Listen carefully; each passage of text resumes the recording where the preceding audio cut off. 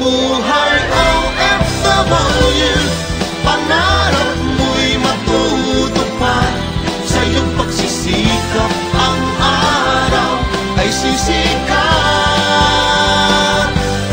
Buhay OFW, bayani ka ng totoo.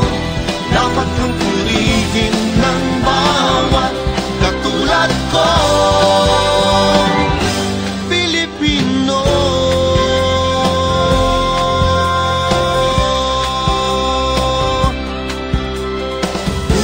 Buhay OFW.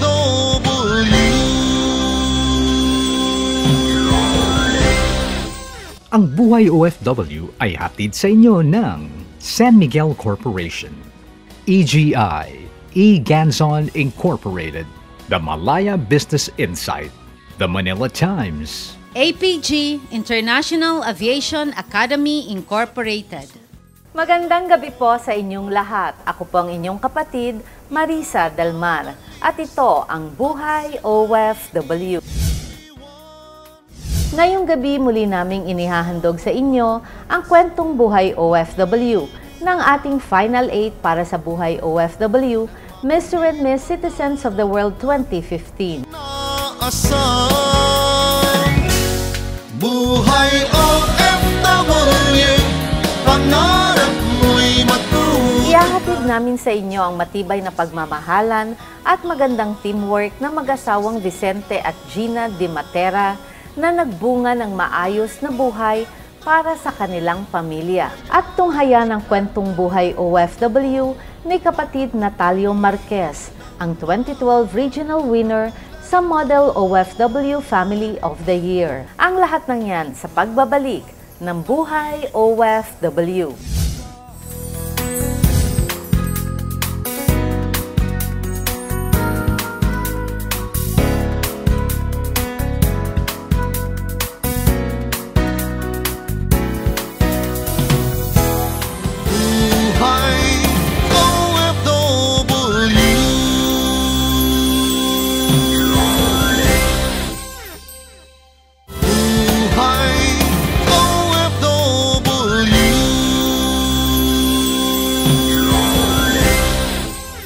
Ang Buhay OFW ay hatid sa inyo ng San Miguel Corporation, Environment Solutions Flood Barriers, Flood Protection and Flood Management, EGI, E-Ganzon Incorporated, General Building and Engineering Construction Company, Poshum Global, The Green Company, Eco-Friendly Steel Frames, Southville International School and Colleges, EGI Resort and Hotel, Mactan, Lapu-Lapu, Cebu City. Dating security guard sa isang bangko dito sa atin si kapatid Vicente, pero nakapagtapos siya ng kursong Marine Engineering. After na makatapos ako, that time mahirap ang sakayan way back 1985.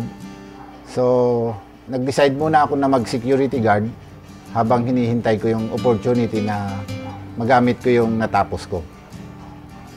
And then, nag-start akong makapagtrabaho bilang seaman year 1989. Noong mga panahon na yon, meron na silang isang anak. Ako yung tumayo na nanay at tatay, aking lahat yung responsibilities, tapos how to manage the income, yung padala niya, yung kinikita niya. Iniwan ni kapatid Vicente ang pangangalaga ng kanyang kinikita sa kanyang may bahay.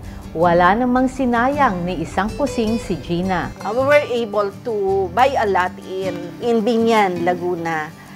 And then, second sa kanya, so nag-apply ako ng housing loan. So, yun, nakakuha rin kami sa Pasita ng bahay. Hinuhulog-hulugan, ayun. At the same time, pareho kaming nagtatrabaho. Until such time na 1997, I was able to make my own business. I was able to put up a party shop, nagki-cater dito sa South area, sa mga everything about party, birthday, baptismal, debut, wedding. Ayan, doon ako nagsimula. Tapos hindi ako nakontento doon sa paggagawa lang ng balloon. Tapos, magdi-deliver ng mga tables and chairs. Nag-ano rin ako, pumasok ako sa mga seminars and trainings, balloon decorations, catering services and setup, flower arrangement. 27 years nang nagbabarko si kapatid Vicente, pero hanggang ngayon, hindi pa rin siya masanay-sanay sa setup ng kanyang buhay. Nagiging emotional pa rin siya sa tuwing pag-uusapan ang kanyang muling pagsakay sa barko. Mahirap, talagang pinaglalabanan dahil unang-una tumatawag ako sa Diyos na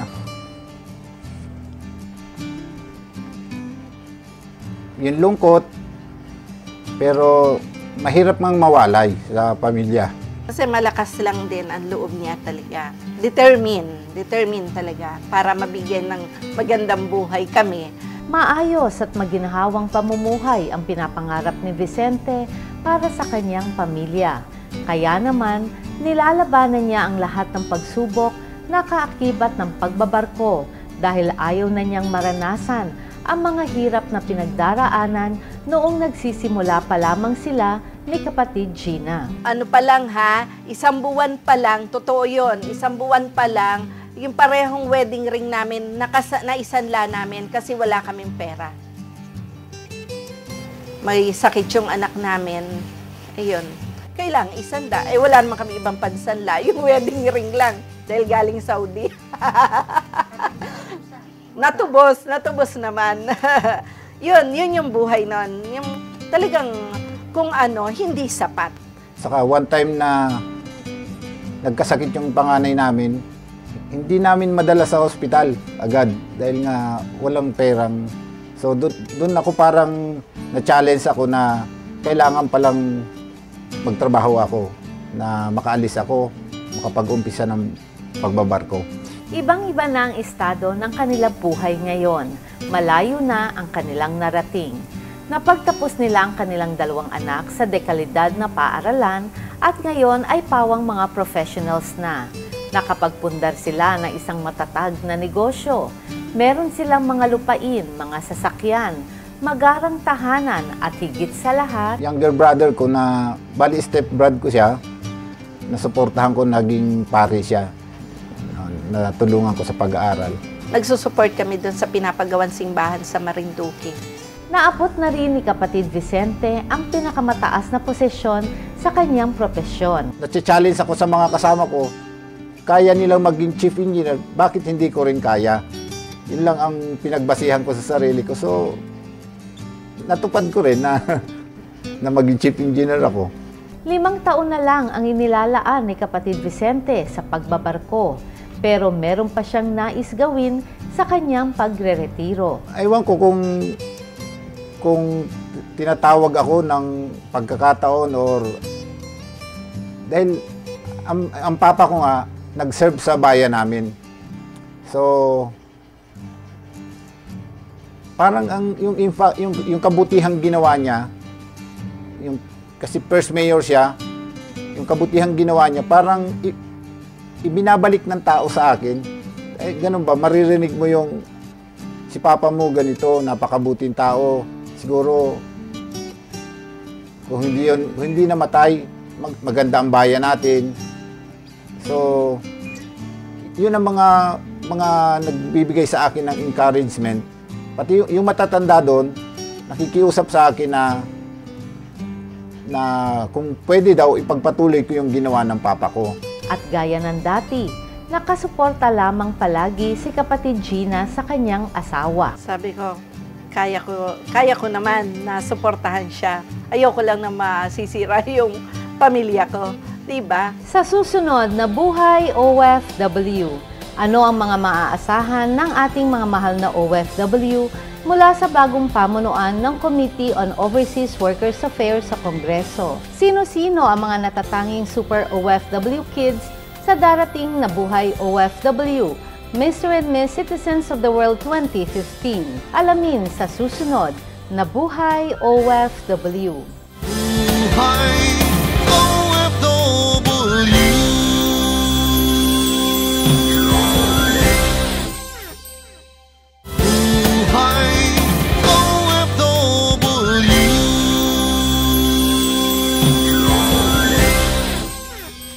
Buhay OFW ay hatid sa inyo ng West Insula Condominium, The Malaya Business Insight, EGI Pamulinawen Hotel, Lawag City. Sa pagdalaw ng Buhay OFW sa mga mahal nating OFW ng Santa Quiteria, Caloocan City, nakilala namin si kapatid Natalio Marquez, ang 2012 Model OFW Family of the Year Regional Winner noong taong 2012. Agad naman niyang pinagmalaki sa amin ang kanyang mga anak. Yung panganay ko, tapos ng medicine at doktor ngayon sa Oman. Yun naman babae ko, graduate ng nursing na nasa New Zealand. At yun naman aking bunso, isang IT graduate. Dating tax examiner sa Makati si kapatid Natalio, samantalang nasa pribadong law office naman ang kanyang may bahay. Gayunpaman, hindi pa rin sapat ang kanilang kinikita para mapagtapos ng pag-aaral ang kanilang 3 anak. Iniwan ko ang Pilipinas 1995. Pumunta ako ng Taiwan, 2 years sa Taiwan. Nasa isang factory ako as OCW. And then after that, lipat ako ng Saudi bilang industrial electrician sa drilling of gas and oil.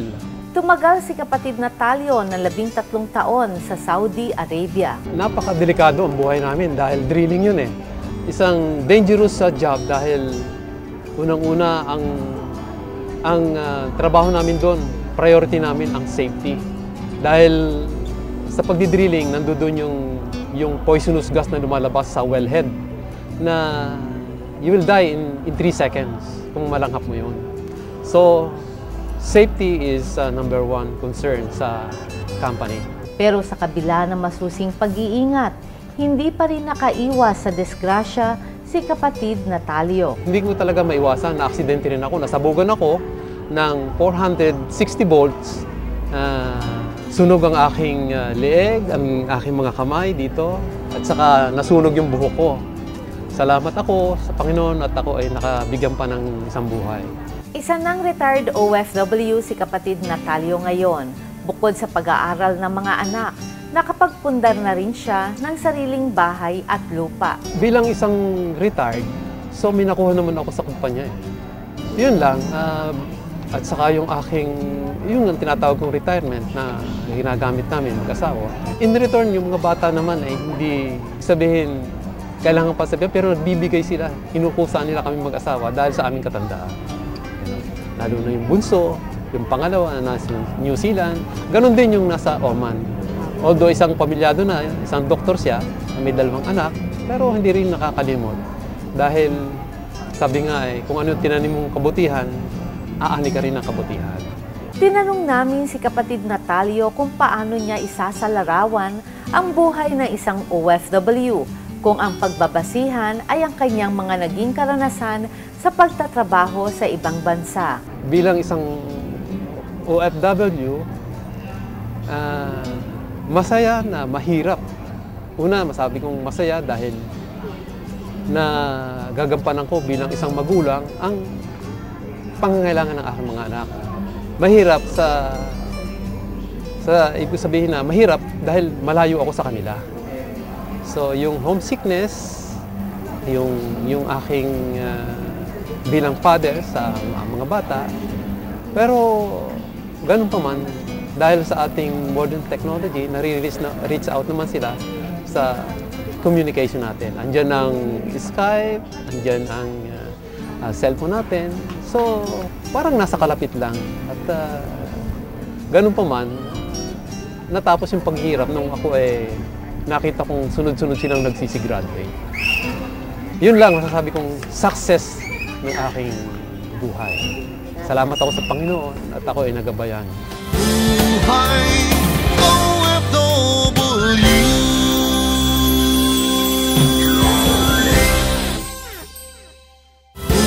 Buhay OFW.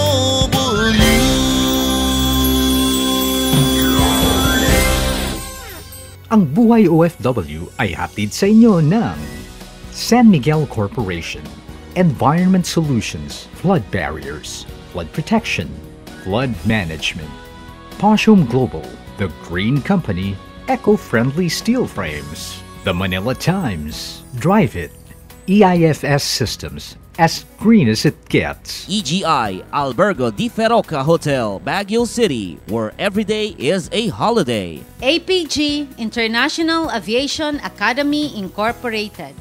Nalalapit na po ang pagtatanghal ng ating buhay OFW, Mr. and Miss Citizens of the World para sa taong ito. Meron na lamang po tayong isang linggo para maiboto ang inyong napipisil na finalist. Para po lubusan natin silang makilala, narito po muli ang kanilang mga kwento.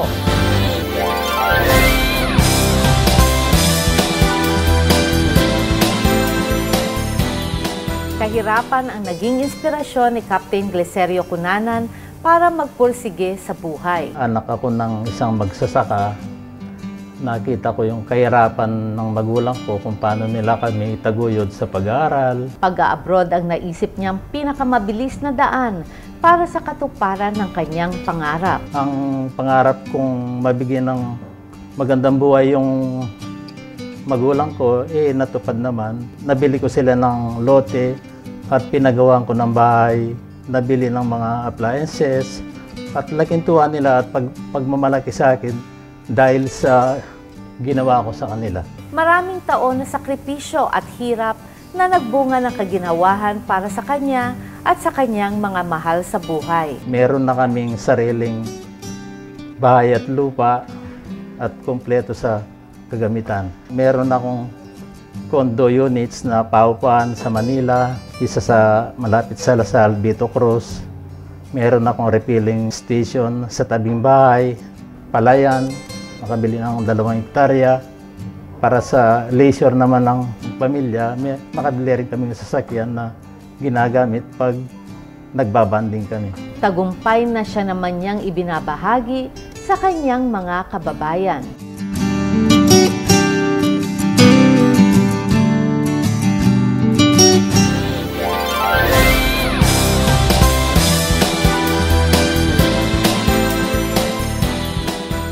Pagiging responsableng anak ang nagtulak kay Aniceto John Bertiz III para mag-abroad at sundan ang yapak ng ama na isa ring OFW. He was a supervisor sa isa sa pinakamalaking automotive company sa Saudi Arabia. Doon po kami nagkasama ng matagal. Nakikita ko po talaga yung yung kahirapan ng kailangan po talaga ng finances kasi bedridden po si mami noon eh. So when I was in college, na tinutulungan ko rin po yung nanay ko sa pag-aalaga. And then naisipan ko na mas makakatulong ako kung may extra akong income. Kasi may pinag-aaral pa po na 3 kapatid ko. Sipag, tiyaga at diskarte ang kanyang naging puhunan para umasenso sa buhay. I was the first Filipino na naging office manager nung company na yun. So I was reporting directly dun sa presidente ng kumpanya po. Sa kanyang pag-angat sa buhay, lagi pa rin niyang inaalala at inaalalayan ang kanyang kapwa OFW. We try to, as much as possible, to offer the workers yung non-placement fee. So we let the employer pay for the processing, ganun. Kung ang requirement po ng POEA, 1 month salary, we try to negotiate half of that sa workers and half of that sa employers. Pero when we were able to get a contract with NHS Trust hospitals in the UK, zero fee talaga po yun. Sa ngayon po, ang pinagtutuunan ko po ng pansin is yung how we can able to promote good governance and ethical recruitment practices sa industry. Nakatutok siya sa mga gawain para sa kapakanan ng ating mga kababayan, lalong-lalo na para sa ikabubuti ng kalagayan ng mga overseas Filipino workers. Pumupunta po kami sa mga local governments, sa PESO offices, as far as sa mga tulad ng MNLF centers, we try to educate them. We police our own rank, you know. Right now, nakikipagtulungan din po kami sa mga tulad ng POEA, yung anti-illegal recruitment branch nila. We have a training school, a very good training school in Mindanao that we're trying to help those children of ex-rebels. We gave them a scholarship. We trained them to become a barista, F&B, waiters, receptionist po. OFW po ako eh. Mas nakakalungkot makita mo yung kapwa mo na ginaganon just because wala silang alam, wala silang pinag-aralan, di ba? Kaya nga, dapat higpitan talaga eh, na hindi naman ako nang-discriminate. Pero kahit naman high school graduate, di ba? But if you let them sit for a full hours of national certifications like HSW or HSW training or complete NC2 for domestic helper, they will be equipped. Huwag nating shortcutin.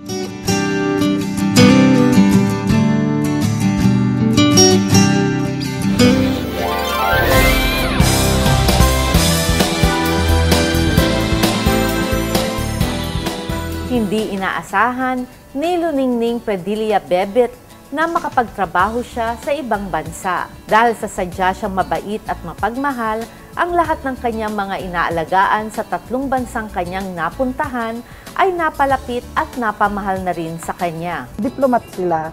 Tapos yung mother niya, nagtuturo ng college. Eh di busy nga sila lagi. Ako lang ang naiiwan sa bahay. Inaalagaan ko yung dalawang bata. Eh 1.5 months lang yung bunso. Yung malaki na si Rawan, yung naghanap sa akin, hindi nga yung marunong what is your name. Tinuruan ko sila. Kasi nga palibasa byuda ako that time. Talagang binuhos ko yung ugali nating mapagmahal. Ganon. Inari ko na silang parang anak. Tinuruan ko ng mga kantang Pilipino, mga English. Hindi niya inaasahan na matapos ang napakaraming taon ay nakatatak pa rin sa batang kanyang inalagaan ang kakaibang pag-aaruga na ibinigay niya rito. Tumawag sa akin yung pamangkin ko sa Dubai. Sabi niya, Tita Ningning, nasa Arab News ka. Tsaka sa mga, marami daw. Sabi niya, siguro hinahanap ka ng alaga mo, kita namin yung picture mo. Natouch naman ako, bakit niya ako hinahanap? Sabi niya, sa dami-dami daw ng kanila naging yaya, naging katulong, iba daw ang pagmamahal na inuukol ko. Kung medyo naiyak na naman ako. Eh di, talagang wala daw silang nakitang kung gaano daw ako. Kapay, kung hindi, totoo lang ako, sabi ko gano'n. Kung ano yung pinakita ko, ako lang yun. Ayun lang. Kaya nung nagkita kami, may pasalubong siya sa akin. Laptop. Ang mahal nga daw nun eh. Nasa 40 mahigit, sabi gano'n. Kaya ang dami niyang pasalubong talaga. Alam mo, nung namasyal kami, pinasyal niya ako. Nung mamili kami sa Maynila, alam mo, lagi siya nakayakap sa akin, nakahalik. Tapos kung bumili ng mga damit ko, dalawa-dalawa, sapatos ko, ganyan, lahat ng kailangan ko. Yung motor ko, alam niya may motor ako, binili niya ng cover, tapos alam niya barangay police ako, binili niya akong linte na may electric shock. Basta lahat ng kailangan ko ibinigay.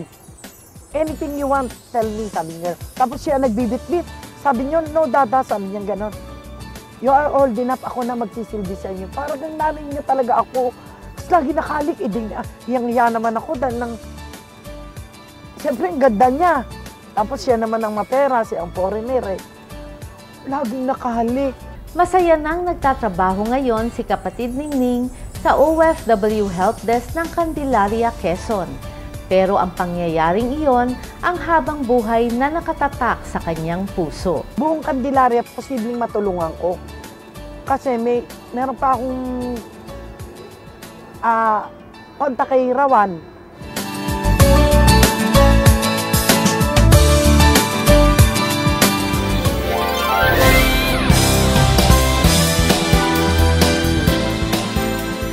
Hindi nagpatalo sa hirap ng buhay at mga pagsubok si kapatid Benjamin R. Adona. Meron Arabo na nagpunta sa hotel namin.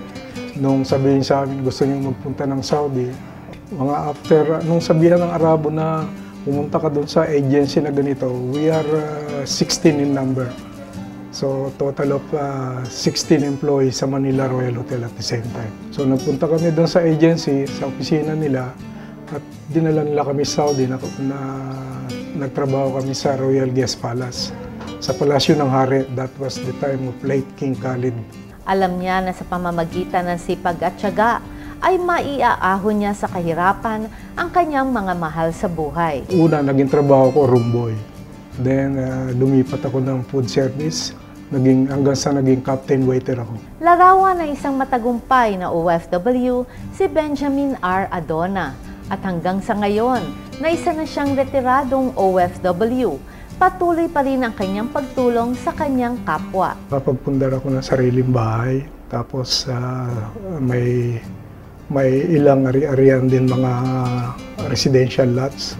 Tapos yung mga iba kong pamangkin, pinag-aral ko rin. Tumutulong sa mga distress OFW, yung mga inaharas ng company nila, yung mga tumatakas sa company nila. Minsan, bibigay ng pera pang bayad ng ticket sa mga gustong umuwi na hindi yung talagang kailangan.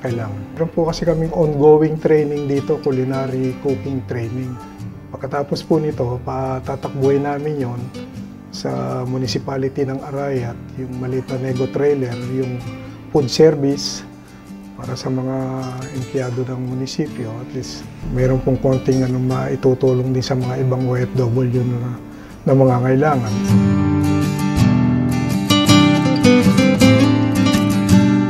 Sa aming pagbabalik ang pagpapatuloy ng mga kwentong buhay OFW ng ating mga finalist. Buhay OFW.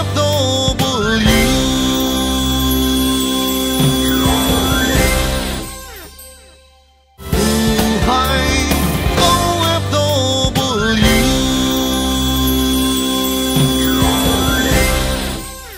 Ang Buhay OFW ay hatid sa inyo ng San Miguel Corporation. Drive it. EIFS Systems, as green as it gets.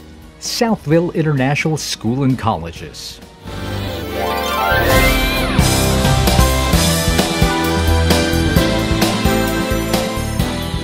Ang pagkamatay ng kanyang ama ang nagturo kay Captain Nep Rubio Faculin na magbanat ng buto sa murang edad. Naranasan ko magtinda ng sako sa palengke. Magtinda ng iba't ibang klaseng dyaryo sa kalye. Maglako ng puto, kutsinta, ganyan. At para may pangbaon ng elementary ako. Tapos nung umabot na ako ng high school, sa Ramon Magsaysay, Cubao, nag-aaral ako sa umaga. Sa gabi naman, nagtitinda ako ng cigarillo stroke, juicy orange. Alam mo yung mga bata doon, cigarillo stroke, juicy orange, takatakboy sa tawag. From Monumento yan hanggang Muñoz. Tapos sa North EDSA, lahat ng traffic light, baba, lipat sa bus. Hanggang sa Quezon Avenue, Kamuning, dito sa Cubao, hanggang sa Ortigas, Boni, Guadalupe. Balik na naman ang Monumento. Balik-balik hanggang matapos yung 4 na oras, mga 11 siguro ng gabi na. Nagrenta kami ng isang napakalit na extension lang ng bahay. Siguro mga 8 square meter. Hinati namin yon. Tapos yung harapan, hinati namin ng kortina. Yung harapan, ginawa namin sari-sari store. Tapos yung likod niya, yun naman ang ginawa namin tulugan. Triple bed yun ang tawag. Dalawa. Tapos yung iba sa sahig na. So, yan ang naranasan ko naman noon nung kabataan ako. Ang kain namin noon 2 beses lang sa isang araw pa na makapagtipid. Tapos nakikisiyan na lang kami. Pananalig sa Diyos, sipag at determinasyon ang naging susi para marating ni Captain Nep ang tagumpay. It's not a big deal talaga yung mga material things sa amin. Hindi siya big deal kasi isang ganun lang yan nawawala eh. Pwede mawala, pwedeng manakaw. Actually, yung kinoconsider namin mag-asawa na best investment namin is our children and our marriage and our relationship to God. Yung 3 na yan, ang the best investment namin so far. Sa kabila ng lahat ng kanyang narating sa buhay, pananalig sa Diyos at pamilya pa rin ang lagi niyang inuuna.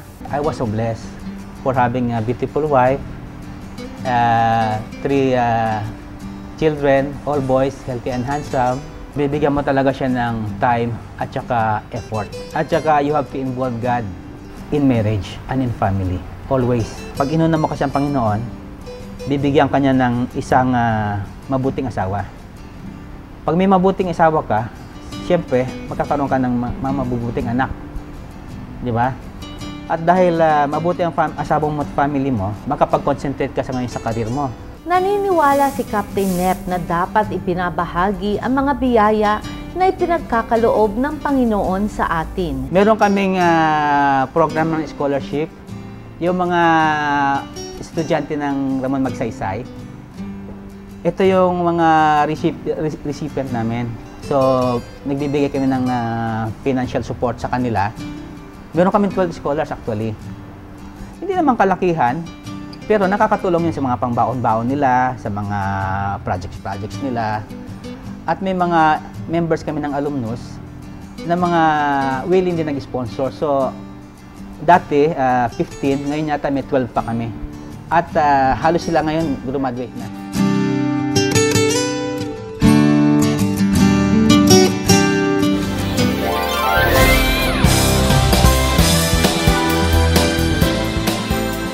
Hindi biro ang pagdurusang dinanas ni Angelica Rodriguez Ligas sa kanyang kabataan. 5 years old pa lang ako nung mamatay na yung tatay ko.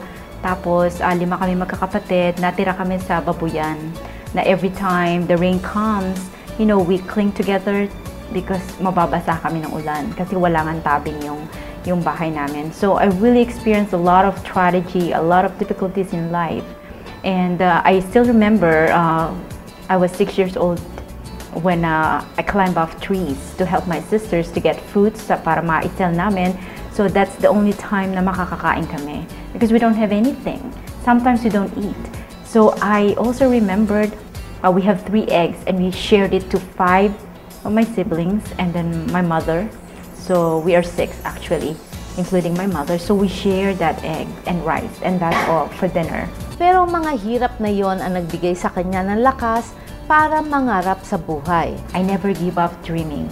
And I said, this dream will come true someday. And I believe in that. And I didn't, you know, disagree of my mind. I said, how can you do that? You know, you're so poor. But you know what? I studied really hard. And I said, I don't have anything. Even going to school, I don't have money. I remember walking sa Pilapil. Kasi nakatira kami sa bukid. So, sometimes I envy my classmates because they have good shoes, they have beautiful, you know, uniforms, and I don't have. And I said, you know what? It's okay, Angelica, or Angel. They called me Angel. Sabi ko sa sarili ko noon, someday, I'm gonna have a better future together with my family.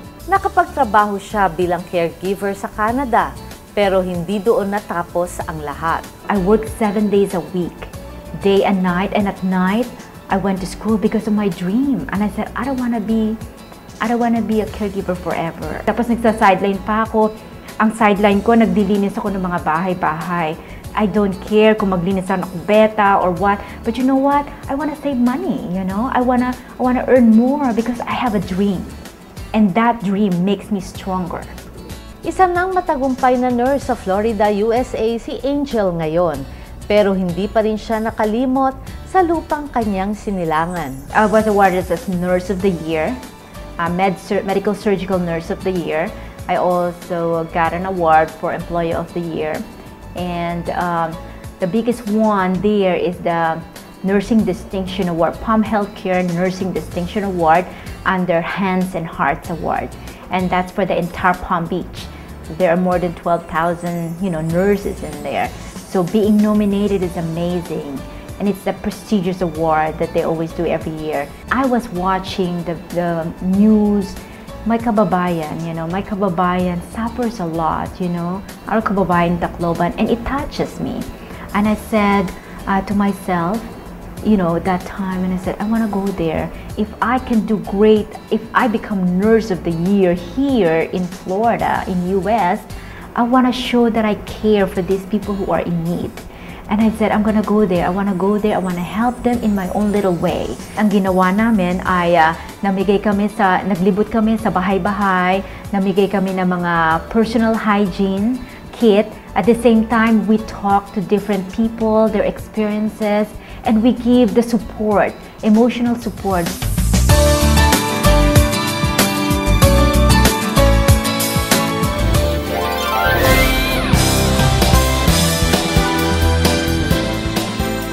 Pagnenegosyong dahilan kung bakit nagsiman si Ronaldo Torres. Nais niyang makapag-ipon para ipuhunan sa pangarap niyang catering business. Ang background ko is HRM, Hotel and Restaurant Management, 4 years. Tapos si misis ko, ano naman siya, nutrition siya. So, after nun, nakapag-hotel din siya at ako naman nakapag-abroad sa cruise ship as waiter. Sa tulong ng kanyang may bahay at pamilya, unti-unti namang natupad ni Ronald ang kanyang plano. Habang nasa barko ko, yung business nagsisimula na. With the help of my wife, saka itong aking mga biyanan, mga parents-in-law, pinagtulong-tulungan namin. Sila yung nandito, sila yung nagsusupervise. Ako naman, doon kumakayod sa barko, nagpapadala ng kapital. And then, kung ano man yung sabihin nila na, kailangan natin bumili nito. Sige, walang problema sa akin yan. Kasi gusto ko talaga, suportahan to eh. Wala akong ibang priority kasi yung mga anak naman namin, maliliit pa ng time na yon. So, sabi ko walang problema. Kung ano yung kailangan natin doon sa business, pagsisikapan ko dito at ipapadala ko sa inyo yung kapital para mag-grow tayo. Stable and on the way to the top na ang TNJ Catering. Kailangan alagaan mo employee. Kasi sila yung frontliner eh. Sila yung laging nakaharap sa customer. And then, yung mga nagluluto sa kusina, sila naman yung nagpupursige para lalong sumarap yung pagkain at magustuhan ng customer. Sa side ng mga waiter, sabi ko sila yung frontliner. Kung ano man yung maging problema doon sa events, kung ano man yung on the spot na request ng customer na hindi namin alam, kayang-kaya lang isolve kahit na wala kami, nasosolve nila. Kasabay nito ay ang kanyang pagtulong sa kanyang mga kababayan sa Bulacan.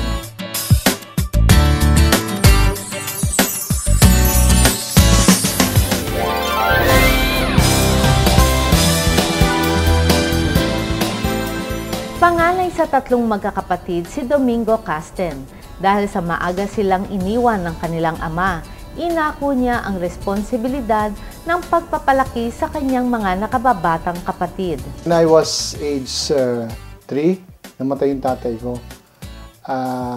Tapos yung sister ko was 1 year old, and then yung mother ko was pregnant nung namatay yung tatay ko. So, tatlo kami magkakapatid. Yung mother ko was a government employee sa Bureau of Post. And yun, siya lang talagang nagkumayod para sa family namin. Pagsisima naman ang naging paraan niya para madali niyang maiahon sa hirap ang kanyang pamilya. Kasi sabi sa akin, 6 months training lang, deploy ka na kagad sa barko. Pagkatapos ng training, 6 months, 3 months on sa lupa, sa school, and then 3 months sa inter-island vessel under Kompanya Maritima. And then pagkatapos nung training na yon, processing na ng documents.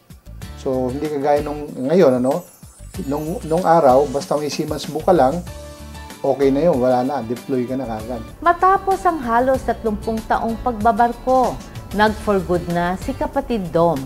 Magtatrabaho siya ngayon bilang victualling and catering manager sa isang malaking shipping company sa bansa. Nakabili ako ng bahay at lupa sa Cavite, sa Camellia, and then ang pinakamalaking investment ko is nakapagpatapos ako ng aking mga anak.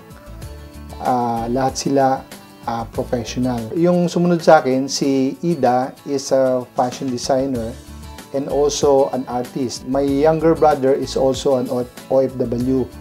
Seaman din siya, motorman siya. Pero hindi pa rin mawawala sa kanya ang makatulong lalo na sa kanyang mga kapwa OFW. Lahat ng mga experience ko is sinishare ko sa mga fellow cooks ko.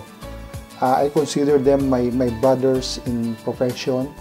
So, as much as I can na ituro sa kanila kung ano yung mga na-experience ko, yun ang sinishare ko sa kanila. Importante yun. Ang gusto ko pang ma-accomplish is, of course, maging successful yung Filipino cooks worldwide, no?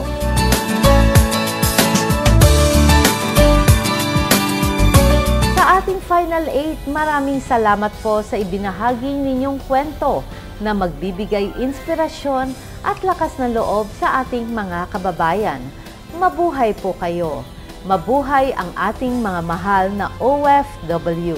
Sa susunod na Buhay OFW, Ano ang mga maaasahan ng ating mga mahal na OFW mula sa bagong pamunuan ng Committee on Overseas Workers Affairs sa Kongreso? Sino-sino ang mga natatanging Super OFW kids sa darating na Buhay OFW, Mr. and Miss Citizens of the World 2015? Alamin sa susunod na Buhay OFW. Ang Buhay OFW po ay handang magbigay impormasyon, tulong at serbisyo anumang oras, anumang araw. Ako pang inyong kapatid na handang maglingkod, Marisa Delmar. Kakampi, kaibigan at kapatid ng mga manggagawang Pilipino sa buong mundo. Ito ang Buhay OFW.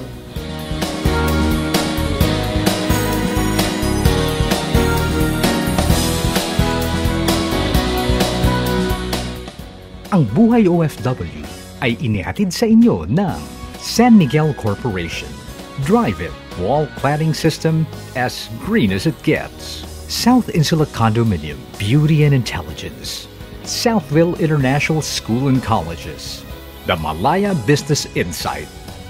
APG, International Aviation Academy Incorporated. Buhay OFW, bayani ka na totoo. Dapat kang purihin ng bawat katulad ko. Handa kang magpaalipin sa ibang bayan. Ito ay alang-alang sa minamahal. Isusugal ang buhay ko, kailangan nang ang mga minimithi ay makamtan. Buhay OFW, pangarap mo'y matutupad. Sa iyong pagsisikap ang araw ay sisi